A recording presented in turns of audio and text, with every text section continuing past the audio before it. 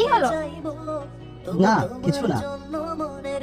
আরে বল কি হয়েছে, তুই খুশি হসনি? আরে না, কোনো সমস্যা না, কি হবে, কিছু হয়নি।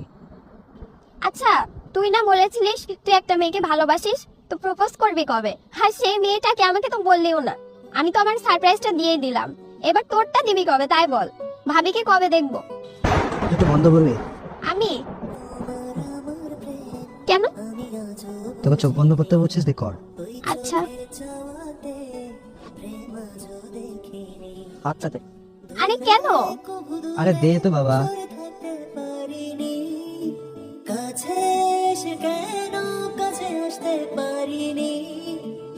আচ্ছা, বাসা না যাওয়ার আগে খুলবে না। আমি ঠিক আছে।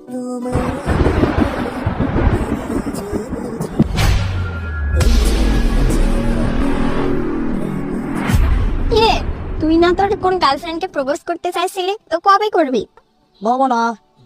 আরে বল বলছি।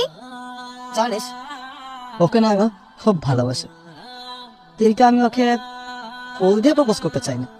তাহলে? একটু একটু করে না টাকা জমাচ্ছি, ওকে একটা সোনার আংটি দিয়ে আমি প্রপোজ করব। আমার ভালোবাসার একটা দাম আছে না, 20 টাকা ফুল দিয়ে আমি প্রপোজ করবো।